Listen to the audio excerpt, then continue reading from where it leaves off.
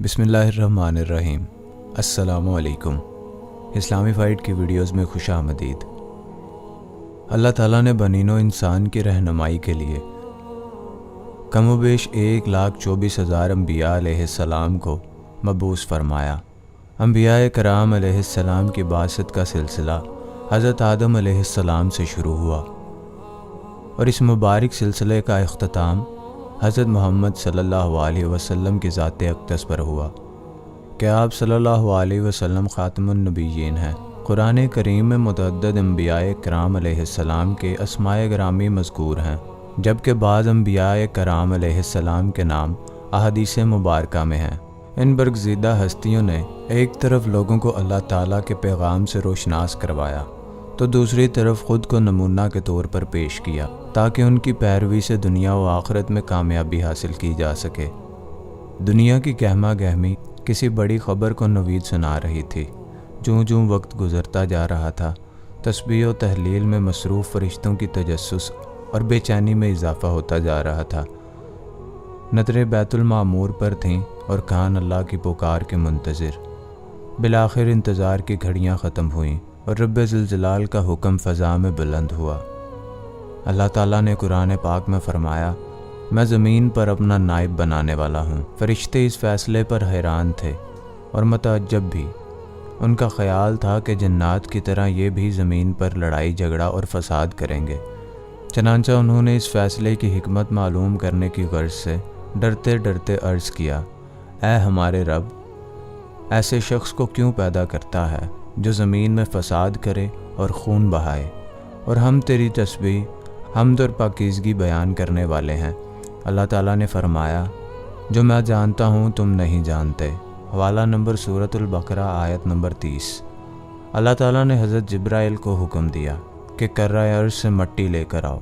हज़रत अबू मूसा अशरी रज़ियल्लाहु ताला अन्हा से रवायत है कि नबी करीम सल्लल्लाहु अलैहि वसल्लम ने इरशाद फरमाया, अल्लाह ताला ने हज़रत आदम अलैहिस्सलाम को एक मुट्ठी खाक से पैदा फरमाया। ये मिट्टी जिब्राइल अलैहिस्सलाम ज़मीन से लेकर गए थे।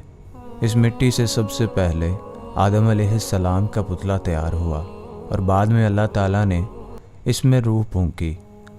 ये मिट्टी तमाम रूए ज़मीन से हासिल की गई थी। यही वजह है कि हज़रत आदम अलैहिस्सलाम की नस्ल में मुख्तलिफ़ रंगो ज़ुबान के लोग पाए जाते हैं।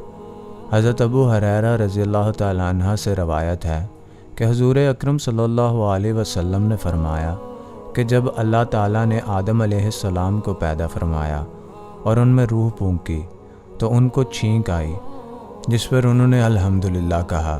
यूँ सबसे पहले उनके मुँह से अल्लाह की हम्द निकली। अल्लाह ताला ने हज़रत आदम अलैहिस्सलाम में रूह फूंकने के बाद उन्हें फ़रिश्तों के सामने पेश किया और फ़रिश्तों को हुक्म दिया कि वो उन्हें सजदा करें, मगर फ़रिश्ते कहने लगे, या अल्लाह, आपकी हम्द व सना और तस्बीह बयान करने के लिए हम हैं, तो फिर आपने इंसान को तख्लीक क्यों किया? ये ज़मीन पर फ़साद बर्पा करेंगे। अल्लाह ताला ने चंद चीज़ों को फ़रिश्तों के सामने पेश किया और फ़रमाया, अगर तुम सच्चे हो तो इन चीज़ों के नाम बताओ। उन्होंने कहा, ऐ अल्लाह, तेरी ज़ात पाक है, हमें इल्म नहीं सिवाय इसके जो तूने हमको सिखाया है। बेशक आप बड़े इल्म व हिकमत वाले हैं। फिर अल्लाह ताला ने हज़रत आदम अलैहिस्सलाम को हुक्म दिया कि इन चीज़ों के नाम बता दो। सो उन्होंने इन सब चीज़ों के नाम बता दिए।